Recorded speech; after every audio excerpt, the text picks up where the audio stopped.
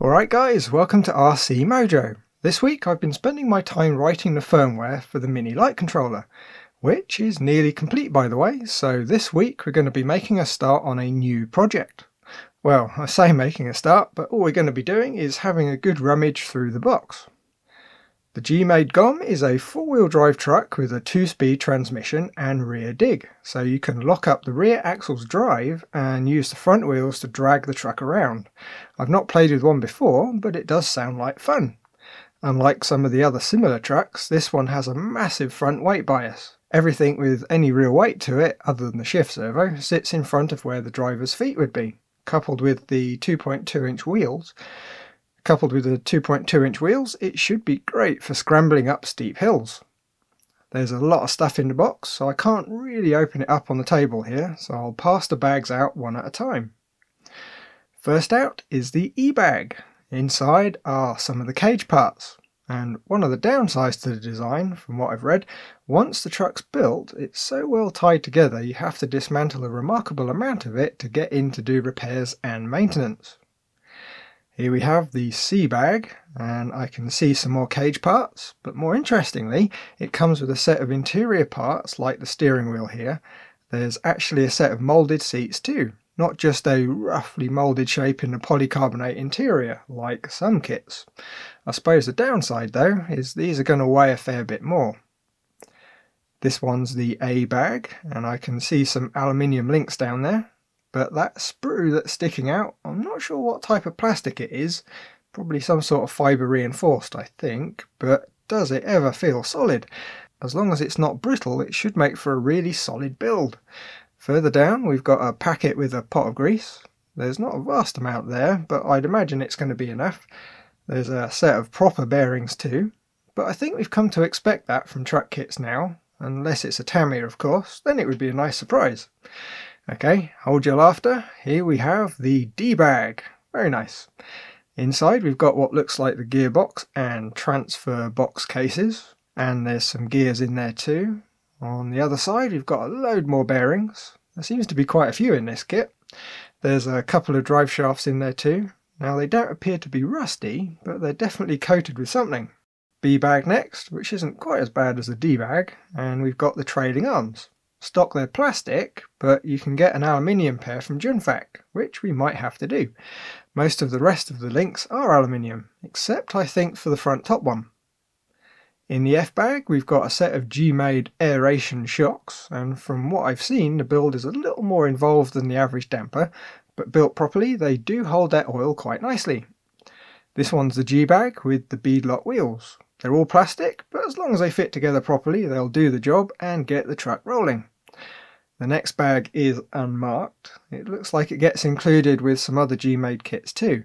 It's got a couple of different types of lights and, oddly, a large amount of metal balls. The body panels come in several parts. They're made from a very thick polycarbonate, which should be fun to trim. This one's got the bonnet and radiator. Second is the interior. I think the only bit that's not so good are the cut lines moulded are a bit wide, so I think there's going to be a little bit of trial and error to get everything to fit just so. The flat panels are die cut from a single sheet. Now some of the panels aren't quite fully cut from the sheet, so they're going to need a bit of help from a sharp knife. The rest of the bits that fell free from the sheet were floating around in the bottom of the box. Here's the tyres. They do feel fairly grippy. They're not the softest, but they will be just fine to get us going. Inside we find foams. They're just your basic foam, but again they're going to do the job to get it rolling. There's only one more bag in the kit and it contains all the paperwork. There's two decal sheets. The first one has a lot of numbers to make up your own car number, which is nice, as well as a lot of GMade GOM decals. The second is in colour and has the dashboard, fans and lots more GOM decals. If you really wanted to, you could quite easily cover most of the panels.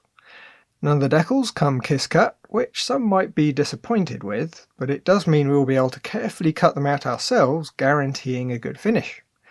The last item is of course the manual, and from a quick flick through it looks like it's to be up to the standard of a recent Tamiya kit. Good clear diagrams and full-size parts listings down the side. It should make for a good build, I think. As with most kits, we will need a few other bits and pieces to finish it. First is the steering servo. which I just got the cheapest one I could find with 20 kilograms of torque. We don't need to worry too much about the precision. As long as it's got a good tough gear train and it can turn the wheels, it will do the job just fine. For the gear shift servo, we don't need anything special. I'm going to be using the steering servo we removed from the Traxxas TRX4. It's fairly torquey and has metal gears, neither of which are especially useful on the gear shift. However, it is fairly accurate. Any basic brand name servo will do, like the Futaba S3003 or Hi-Tech HS311. The servo being able to accurately position itself is a far more important feature, and at least in my experience, the high power cheap ones do lack a bit. For the motor, I'm going to use a Tamiya torque tuned. It's a bulletproof motor with, I believe, 25 turns rather than the regular 27 turn silver can. It's cheap and cheerful, but we might have to swap it for an open end bell motor if it's too visible through the front, just to make it look a bit more blingy, I think is the technical term. The ESC is a Hobby Wing 1080. It's affordable and very programmable. You can set things up like the punch to get a nicely controlled throttle, and set the drag brake up so you don't flip the truck going downhill. It's even got a fairly stout built-in beck that will manage the two servos, and probably some lights too, quite comfortably. As well as that little lot, we're going to need a receiver, some paint, and of course a LiPo. Well, that's about it, and for the amount that you get, the kit price does seem to be fairly good value, at least at the time of recording.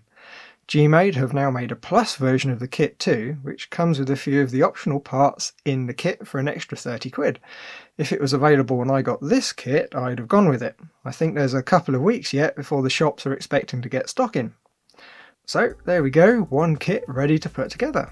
The plan is to put build videos up every other week with something different in between. With any luck, we'll be fitting the lights and controller to the C14 next week, then the first build video the week after. But we'll have to wait and see how that goes. Anyway, as always, thanks for watching, like if you liked, subscribe if you haven't, and leave a comment if there's something on your mind. Bye guys!